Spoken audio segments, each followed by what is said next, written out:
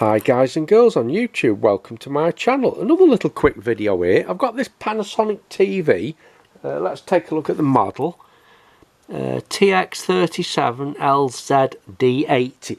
Now the problem is it's coming dead. There's no lights at all lit on the front. And I've got the circuit diagram and I find that the standby power supply is only giving 3.59 volt. Now according to the manual that should be 6 volt. Right, so that's the manual, that's the output from the standby power supply. If you go down there, so it is a 5 volt rail. Now it's relatively simple, this standby power supply. I thought this would be a 5-minute job and it isn't, of course. So if we look at that now, that's the 5 volt rail that we're measuring and it's only 3.59 volt. Now I found the problem. I actually thought the problem was the standby transformer here. But I've changed that and it's no different at all. So that's a little transformer, that didn't cure the fault. Now I know what it is, it's either a dry joint or a crack. But am I going to be able to find this? You don't usually get dry joints and surface mounted components, so this is going to have to be a blanket soldering job. So I'll show you the problem. If I push my finger on top of this transformer, you can see the rail there. If I push the transformer,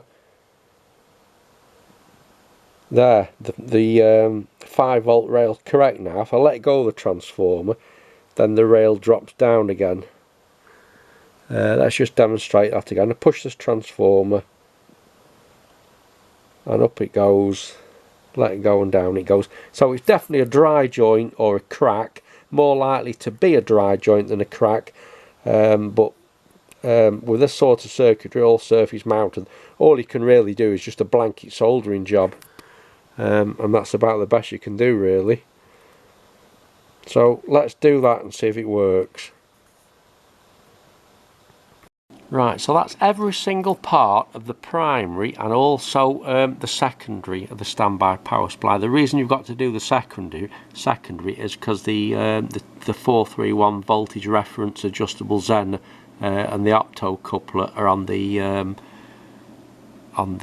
primary, on the secondary side of the power supply. So let's just take a look at the board and then we'll clean it up. So there, as you can see, a lot of the parts are all surface mounted. That's the primary, these are bits on the secondary. So I'll resolder the whole lot, I'll clean it up, we'll fit it back in the set and see if it works. Right, so that's all the board cleaned up with flux remover. It's difficult to see anything's been done to it now. Let's plug it in now when it's dry. Right, here we go. Get the camera on the meter and we'll switch on.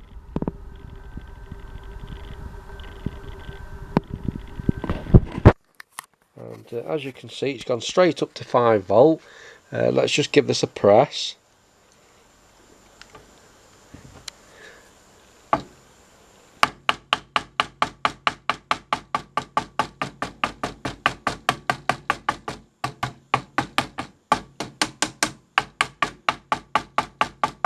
Give it a tap, and as you can see, push it up and down.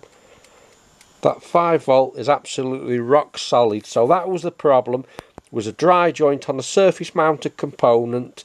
You've not a hope in hell of finding which component it was. You just have to do a blanket soldering job.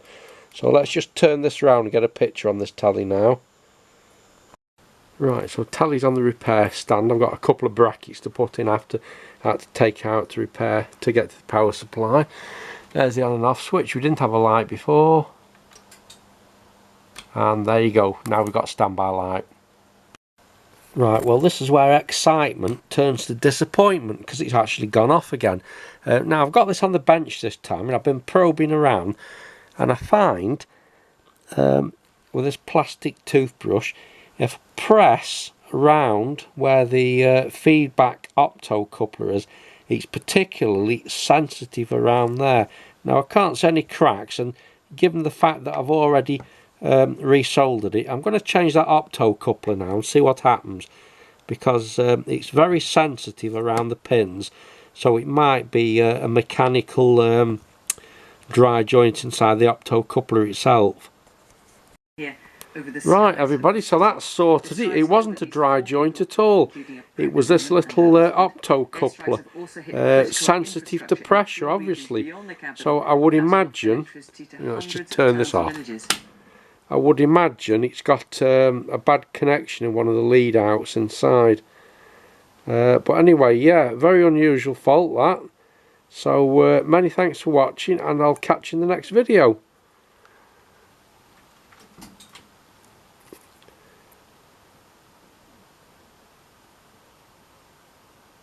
28.5 got through. One tore this elegant apartment building in two. Half of it is gone.